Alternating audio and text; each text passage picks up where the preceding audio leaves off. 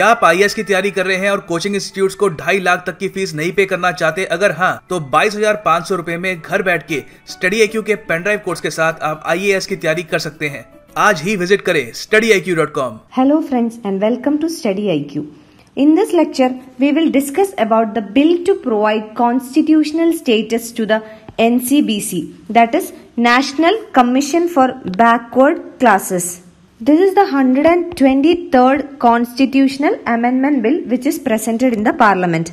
This bill aims to provide constitutional status to the NCBC and this was recently passed by the Parliament. Both the houses of Parliament has passed this bill recently. This bill was tabled by the Social Justice and Empowerment Minister Thawarchand Gehlot.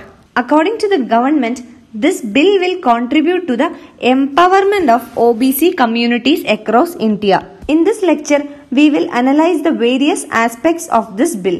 So let us start. As we said, this bill is a constitutional amendment bill. This is the 123rd Constitutional Amendment Bill. So once this bill is passed and becomes an act, it will insert Article 338B into the Constitution of India. So a new article, that is Article 338B, will be inserted in the Constitution after this amendment. And what does this article state? The article states that there shall be a commission for the socially and educationally backward classes to be known as National Commission for Backward Classes. So there is already a National Commission for Backward Classes, but through this bill, this commission will be provided a constitutional status. So the constitution will define this NCBC after the amendment. So this will be after the amendment of this. Now this is a constitutional amendment bill. So we should know what is the procedure of a constitutional amendment bill getting passed in the parliament and further. Coming to the procedure, part 20 of the Constitution of India has one article, that is Article 368. So Article 368 of the Constitution deals with the amendment of the Constitution. So according to Article 368 of the Indian Constitution, the Parliament may add, amend or repeal any provision of the Constitution as per procedure laid down for this purpose. So who is given the responsibility or authority to amend the Constitution?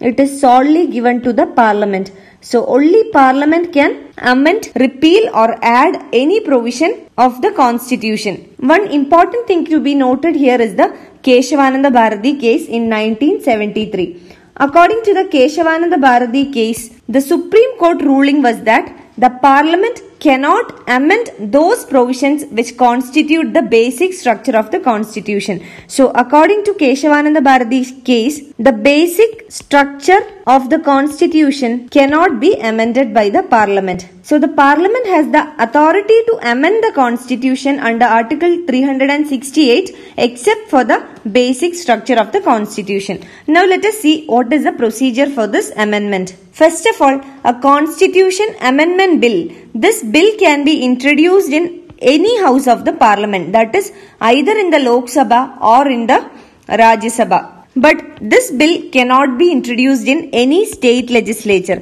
That is what we have discussed in the beginning. The Parliament has the sole authority to amend the Constitution, which means the state legislatures cannot initiate a bill to amend the Constitution. This also means that the President has ordinance making power. So here the ordinance making power of the President can also be not used to amend the Constitution.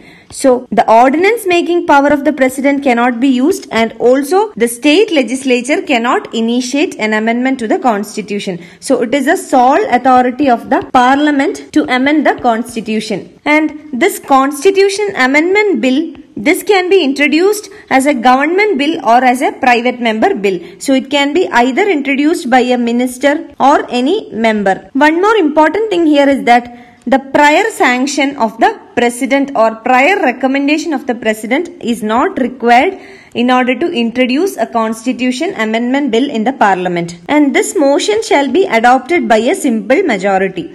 Now coming to majority required for the adoption of effective clauses and also the passing of the bill. So what is a majority required for passing of a constitution amendment bill. The constitutional amendment bill must pass in both houses of the parliament separately, and this passing should be won by absolute majority. That means more than 50% of the strength of the house. And secondly, this should also be passed by a special majority, that is 2/3 of the members present and voting. So this is the majority required. One absolute majority where it requires a majority of total membership of the house, and secondly a special majority where the majority of not less than 2/3 of the members present and voting is required.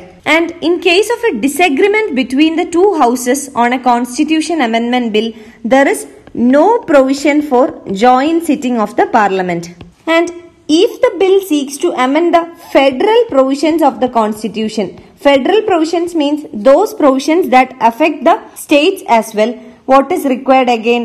This must be ratified by the legislatures of the half of the states by simple majority. So, if it's affecting the federal structure, after having passed by both the Lok Sabha and Rajya Sabha, it should get ratified by not less than half of the state legislatures, and that too by simple majority. Now, after this bill is passed in both houses of the parliament, it will be sent to the president for his assent. So, what happens with the case of constitutional amendment bill?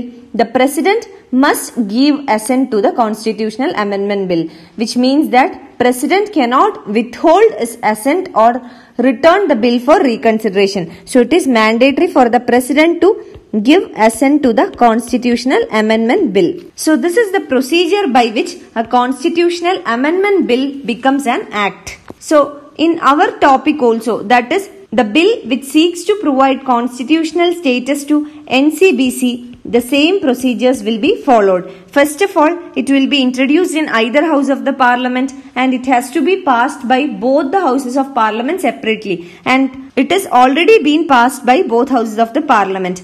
And this bill, since it is affecting the federal structure, it will go to the state legislatures for ratification, and then it will go to the president for his assent, and then it will go to the president for his assent, and after receiving the assent of the president, it becomes a constitutional amendment bill, and it will be the 123rd constitutional amendment bill. Now let us see what is the impact of this bill if it gets passed and receives the assent of the president. First of all, it will contribute to the empowerment of the OBC communities across India. Secondly, it will help the backward classes fight atrocities against them, and also this will ensure quick justice to them. Now coming to the history of this bill was not an immediate action. The demand for a constitutional status to the OBC Commission was there since 1980s. So it is a long-term demand to give constitutional status to the NCBC, and the parliament had held several discussions several times. Now coming to the key features of the bill. First of all, the NCBC would have a female representation. So one member will be female. Secondly, this bill would not encroach upon the rights of the state governments. The state governments would be having their own backward class commissions. So NCBC will keep no relations with the state governments. So the NCBC is related only to the central government. The state governments, on the other hand, they will have their own list of caste of OBC. The center has another list of caste which are included under the OBC. So the role of NCBC would be limited, that it will recommend only to the central government regarding inclusion or deletion of a particular caste. So the NCBC is concerned only about the center list. The states may have different lists for different states. So NCBC is not concerned with regard to the list of different states. Also, this bill aims to grant a constitutional status to the NCBC on par with National Commission for SC and National Commission for Scheduled Tribes. Now coming to who is a backward class, or how a backward class is included in the OBC list. So first of all, the president may specify the socially and economically backward classes in various states and union territories. So President will specify, and how President makes the list, this is in consultation with the governor of the concerned state. So the authority is President. Now coming to the powers and duties of NCBC. The NCBC will have all the powers of a civil court. So in implementing the duties of the commission, it will have the powers of a civil court while probing any complaint. So its powers include summoning and enforcing the attendance of any person from any part of India and examining him on oath. It can also ask for production of any document, receive evidence or affidavits. So it has all the powers of a civil court. And coming to the duties of NCBC, the duties are mainly investigation and monitoring. So what investigation and monitoring? The NCBC will investigate and monitor how the safeguards provided to the backward classes under the Constitution and other laws are being implemented. So the Constitution as well as various other laws provide certain provisions or safeguards to the OBCs. So how are these safeguards implemented? So this can be investigated and monitored by the NCBC, and it is the main duty of NCBC. And while investigating and monitoring, it has the powers of a civil court, as we have already discussed. Now coming to the composition of the NCBC. The NCBC will consist of a chairman, secondly a social scientist, thirdly 2 people having special knowledge in the matters of backward classes, and also a member secretary. And this chairman must have been a Supreme Court or a High Court judge. So this is the composition of the NCBC. Now quickly coming to the bill summary. First of all, this is a Constitution Amendment Bill, 123rd Constitutional Amendment Bill. This was introduced in the Lok Sabha by Minister of Social Justice and Empowerment, Mr. Thawar-Chand Gehlot. And the purpose of this bill is to grant National Commission on Backward Classes a constitutional status, and this status shall be at par with the National Commission for Scheduled Caste and the National Commission for Scheduled Tribes. The role of the NCBC is to look into complaints and welfare measures. The NCBC is a body set up under the National Commission for Backward Classes Act 1993, and it has the power to examine complaints regarding inclusion or exclusion of groups within the list of backward classes, and also it can provide advice to the central government in this regard. So the NCBC has the authority to provide advice to the central government for the inclusion or exclusion of certain categories into the backward category list. So this bill, as we have discussed, the 123rd Amendment Bill aims to establish the NCBC under the Constitution and provide it the authority to examine complaints and welfare measures regarding socially and educationally backward classes. So coming to the backward classes, the bill states that the President can specify socially and economically backward classes in various states and union territories, and this President does this in consultation with the governor of the concerned state, and a law of the Parliament will be required if the list of backward classes is to be amended. So President can recommend in consultation with the governor. So this recommendation will be included in the list only if a law is passed by the Parliament. Coming to the functions of NCBC. The first one is investigating and monitoring the safeguards provided to backward classes. Second one, inquiring into specific complaints with regard to the violation of rights of this backward classes. And thirdly, it has an advisory role.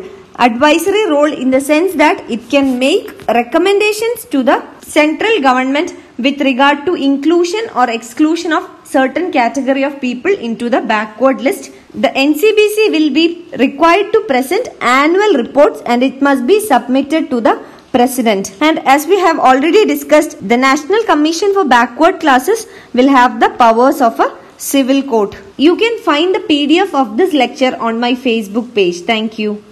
क्या आप IAS की तैयारी कर रहे हैं और coaching institutes को 2.5 लाख तक की फीस नहीं पे करना चाहते? अगर हाँ, तो 22,500 रुपए में घर बैठ के StudyIQ के पेन ड्राइव कोर्स के साथ आप IAS की तैयारी कर सकते हैं। आज ही विजिट करें studyiq.com।